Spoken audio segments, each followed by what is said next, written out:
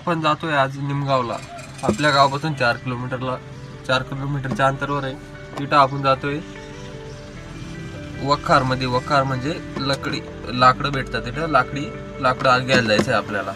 तर लाकडं आपल्या हॉटेलला लागतंय. मला मी तिथं जाऊन लाकडं कसे कापता, काय करता, तुम्हाला सर्व तिथं जाऊन दाखवणार आहे. तर सर्वांनी ब्लॉग शेवटपर्यंत बघा. वखार पाहण्याच्या पहिलं आपण सर्वांनी लाईक करा, सबस्क्राईब करा. वखार इथं आलेलं आहे आपण लाकडं घ्यायला.